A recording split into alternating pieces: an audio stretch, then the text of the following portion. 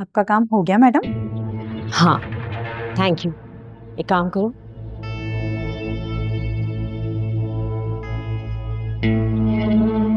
ये रख लो। अरे मैंने इसके लिए थोड़ी आपकी हेल्प की थी मैडम। रख लो, खुशी से दे रही हूँ ना। इतना कह रही हैं आप तो मैं रख लेती हूँ। तो अच्छा हुआ तुमने मुझे घर आने का सही मशवरा दे दिया, मेरे तो हाथ पैर फूल गए थे वरना। मैं आपकी प्रॉब्लम समझ सकती हूँ। रोजी तुम घर आओ कभी रेहान बाबा से मिलने के लिए। हाँ क्यों नहीं, मैं तो चाहती हूँ मैडम आप हमेशा हमेशा के लिए इस घर में आ जाएं। ये फरीहा तो बहुत ही बदतमीज औरत है। मैं अपने घर में खुश हूँ, चलो मैं चलती हूँ। हाँ वैसे मैंने आपका नया टीवी कमर्शियल देखा था, उसमें तो आप बहुत अच्छी लग रही थी। थैंक यू सो मच रोजी, गॉड ब्लेस यू।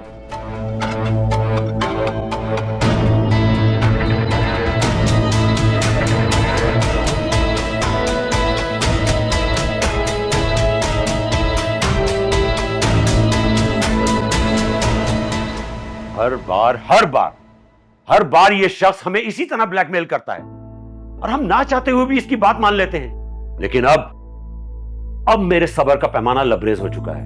1 टका नहीं दूंगा इस निकम्मे और नकारा इंसान को। कुछ तो सोच लें, दामाद अगर नहीं आएगा तो दुनिया वाले क्या कहेंगे? अरे भाड़ में जाए दुनिया वाले, मुझे किसी की कोई फिक्र नहीं है। बाबा हमें दुनिया की नहीं जोया की फिक्र करनी चाहिए। वो बहुत परेशान है। जब से शादी हुई है वो बेचारी परेशान ही रहती है। न जाने कौन सी मनूस घड़ी थी जो असफर से हमने उसको ब्याह दिया। मैं तो कहती हूँ कि हम असफर भाई के हाथ में कुछ पैसे दे देते हैं, उनकी नाराजगी खत्म हो जाएगी। अगर आपको पैसों का कोई मसला है तो मेरे पास कुछ पैसे रखे हैं, मैं मदद कर सकती हूँ। बात पैसों की नहीं है बेटा, पैसे मेरे पास भी हैं। लेकिन आखिर कब तक हम इस आदमी से ब्लैकमेल होते रहेंगे?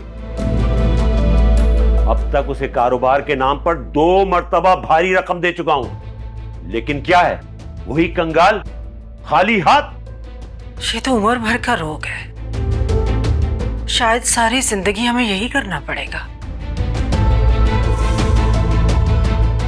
इसीलिए लोग बेटियों के नसीबों से डरते हैं।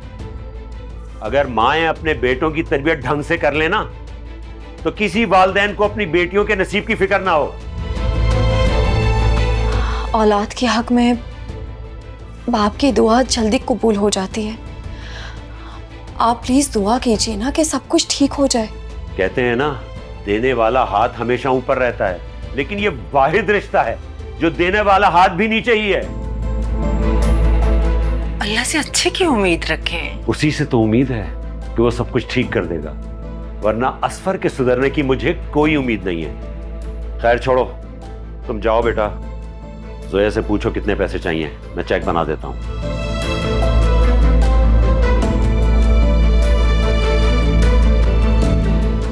शुक्र है तुमने अपने बाबा को मना लिया, वरना मुझे तो जोया की फिक्र खाए जा रही थी। अम्मा, जब तक मैं हूं आपको किसी बात की फिक्र करने की जरूरत नहीं है। इंशाल्लाह सब कुछ ठीक हो जाएगा। इंशाल्लाह।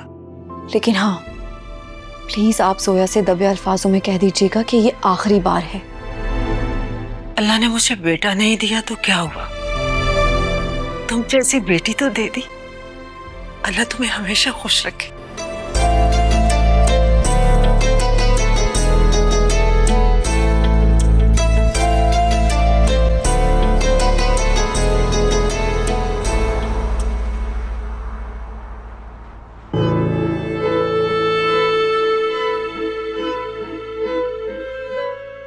ये आखिरी बार है, और आखिरी बार का मतलब वाकई आखिरी बार। जी बहुत शुक्रिया अंकल, मैं यकीन दिलाता हूँ आइंदा ऐसा कुछ भी नहीं होगा, मेरा वादा है आपसे। ऐसे वादे तुम कई बार कर चुके हो, लेकिन शायद भूल जाते हो और हर बार चले आते हो। आप शर्मिंदा कर रहे हैं मुझे। मैं आपसे कह रहा हूं ना कि आइंदा ऐसा कुछ नहीं होगा। मैं मानता हूं मुझसे बहुत गलतियां कोताहियां हुई हैं, लेकिन सब कुछ आपकी बेटी के लिए तो करता हूं। चलो ठीक है, एक बार फिर तुम पे एतबार किए लेते हैं। उम्मीद करता हूं कि शादी में कोई बदमस्की नहीं होगी। और याद रखना, ये आखिरी बार है, अगली बार ऐसा सोचना भी मत। और अगर सोचा भी तो ये मत भूलना कि मेरी बेटी मुझ पर भारी नहीं पड़ेगी। जी जी जी, मैं समझ गया। आप बेफिक्र रहें। मैं शादी की तैयारियां वगैरह सब संभाल लूंगा, केटरिंग, हॉल वगैरह। तुम्हारा बहुत शुक्रिया। फिलहाल तो तुम ये चेक संभालो और अपनी जान छुड़ाओ।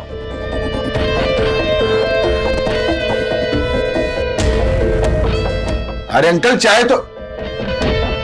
अंकल, अंकल, कमाल कर दिया।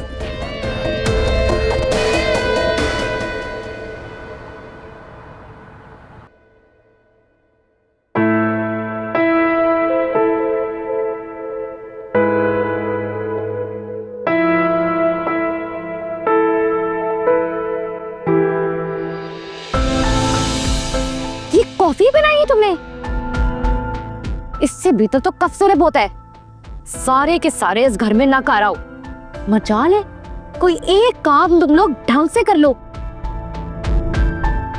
सुबह सुबह मेरा मूड ऑफ कर दिया है। एक कॉफी मांगी थी, अब पियो इसको।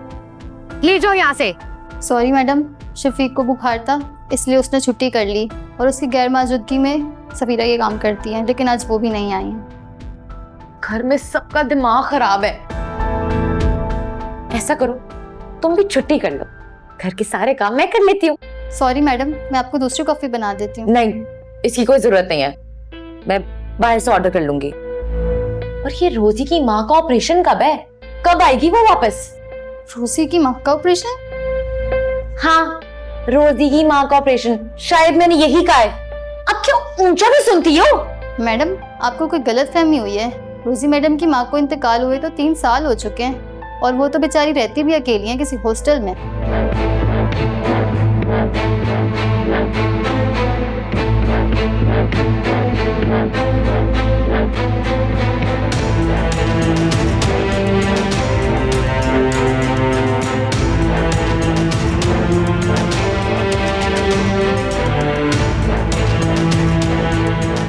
मामा बेचारी को डांट रही हो। इसकी अम्मी हॉस्पिटल में है।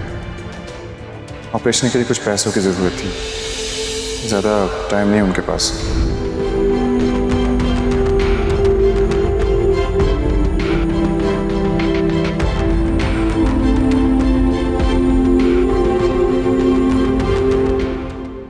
हाँ भाई, ले लिया फिर तेरे भाई ने सुसर से कड़कता हुआ 10 लाख का चेक। हाँ, तो मैंने कहा था ना, वो अपनी बेटी के लिए कुछ भी कर सकता है। और मेरी बात सुन पागल आदमी, इतनी जोर से मुक्का मारते हैं, एक्टिंग करने को बोला था, अभी तक दर्द हो रहा है मेरे। ओ हाँ हाँ, तुझे तेरा हिस्सा मिल जाएगा, बेफिक्र रह। चल रखता हूँ। Okay okay okay, bye.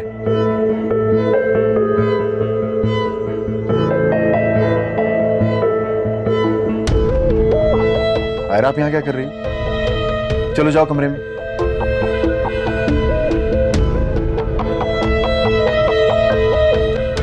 अभी दिमाग खराब है, खुद मिलाद पे चलेगी, इसको यहाँ छोड़ गई।